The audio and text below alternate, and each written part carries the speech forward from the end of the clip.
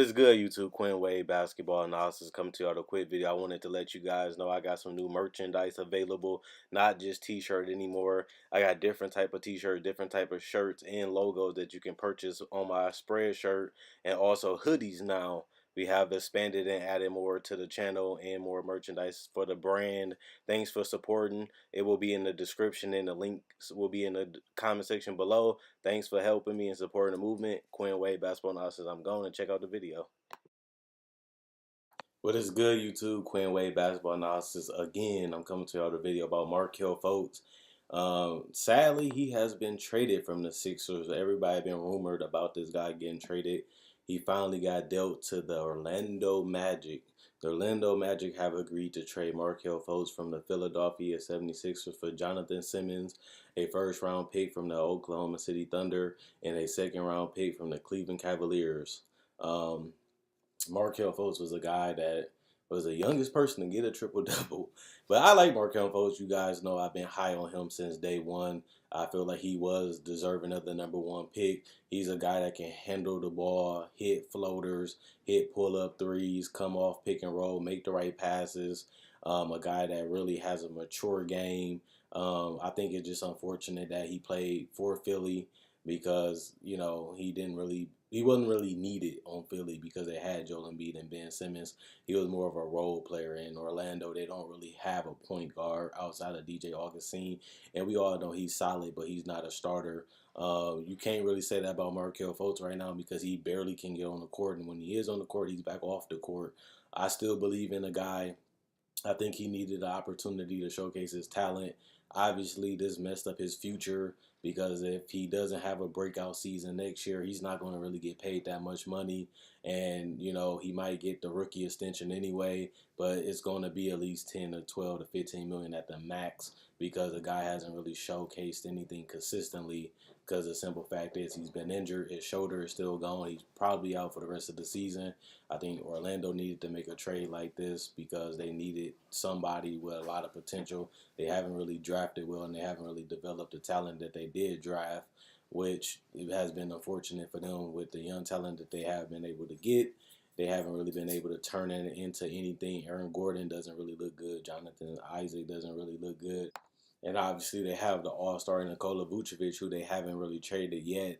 Or if they really don't, he has become an all-star 20 and 10 guy for the last couple of years, or borderline 20 and 10, but he's doing it this year. I have liked Vucevic, and I have liked Jonathon Simmons, who they actually traded. But they do have a lot of young talent, and if they can really, they have a good coach in Steve Clifford, who's hard. They got them to a lot of wins this year. Obviously, they fell out because they couldn't consistently compete with the better teams. But Markelle Fultz is a guy that was the #1 overall pick for a reason. And he was there even though his team didn't make it to the tournament, the NCAA tournament, he still was regarded the best player in the entire draft. That shows you how good this guy is. And I like him. And he can potentially be a two-way player too because he is athletic, he is mobile, he has a long wingspan, and the guy has enormous upside. And the fact that he just an all-around player. He can rebound, he can pass, he can score at will depending on the lineups and the players that's around him. Orlando has Fournier. They do have Terrence, so they have floor spacing and some shooters, and they do have some inside players that can be solid for him. I wonder how this roster looks 2 years from now. But I think this is a good gamble. Worst case scenario, he misses this year and plays decent next year, and you're able to give him a decent contract on the extension. And you have the rights to keep him because he will be a restricted free agent. So if anybody wants him, you have the right to match him. Plus, you really have no future at that point guard position in the draft that's coming up. There's no real superstar point guards in the draft really this year. So you get a guy that has been regarded as the best point guard in his own draft in the #1 pick. And all you have to do really is just see if he's right, check him out in the summer, see how his mentality is, see if his heart is in the game, see how he plays in practice and in preseason, and then you figure out the rest as the season go on, and hopefully he don't have any more catastrophic injuries because I want to see this guy win. I want to see him prevail because I like him. It's just he has freakish injuries. It's just a lot of this stuff is out of his control. And it's unfortunate, but it is part of the NBA. It is part of sports. So that's the sad part about it. Obviously, I like Jonathon Simmons. If you follow the channel, I like his hard. He's a dirty player. He's a glue guy. He's going to get you rebounds. He's going to play hard defensively. He can attack the paint. He can give you some type of 3-point shooting. It didn't really work in Orlando. The minutes wasn't there. He didn't really fit what they was trying to do when they got him. He played real well that first season, and he didn't. He got buried under the bench, which is unfortunate. He has a great story. He is a great guy. I love seeing him play. He was a guy that stuck out of the screen when he played in the Spurs. Every time I watched the game, I'm like, who is that guy? I like that guy. That guy is good. And then he ended up getting paid by the Orlando Magic. That just shows you, though, he worked his way all the way up. Started from the bottom. Now he got paid, and now he's going to have a chance to contribute to a different team. And I feel like this is a good pick for the Sixers because they get a guy that can produce right now. Markelle Fultz can't play. He isn't going to help them no time this year. And you get a guy that is a veteran, a guy that does know how to play, a guy that already has a winning mentality, and you get him for basically a guy that doesn't play at all. So, and they need wing positions, and they have needed that for years.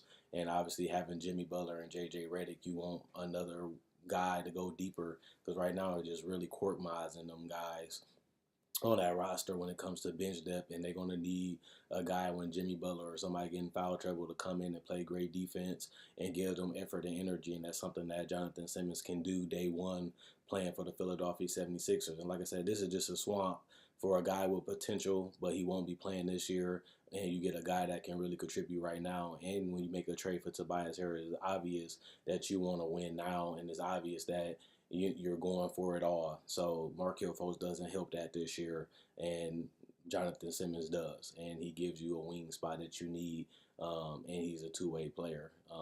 And we'll see how the fit is because he's not really a shooter, but he can knock down threes. So let me know what you guys think. Do you think this is the trade that Markelle Fultz needed? He goes to a team that needs a point guard. He goes to a team that needs a star, needs some offense, and he finally might be able to get minutes that can really help him develop and really help him showcase his talent.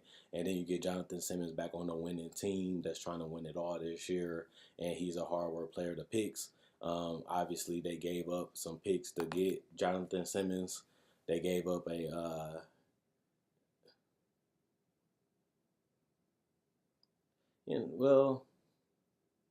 gave up some decent picks. One is a first rounder, and one is a second rounder. So I like it.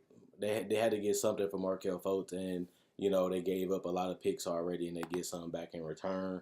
I don't think the picks is going to really be that amazing position wise because of the teams they're on, and the fact that the other one is a second rounder. But I think that will matter when those drafts come up. It don't really matter because Philly is all in for this season, and they'll figure out the rest once they see if Tobias and Jimmy Butler want to stay. And like I said, they did give up a lot of picks, and now they be able to get some now, so that's fair. So let me know what you guys think about this trade. Let me know what you guys think about Markelle Fultz. Like on Facebook, I got a Facebook page. It'll be in the description, comment section below. Like my website.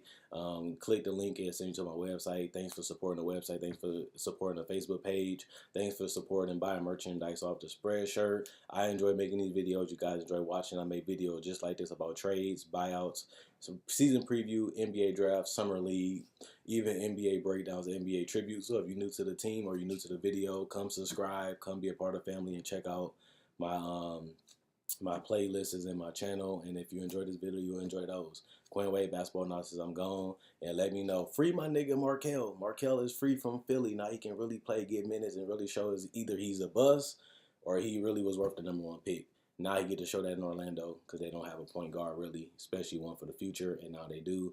So I know he should be happy going to a team that he can really, put his mark on, and hopefully it pans out for him because I'm rooting for him. I don't want to see him fail.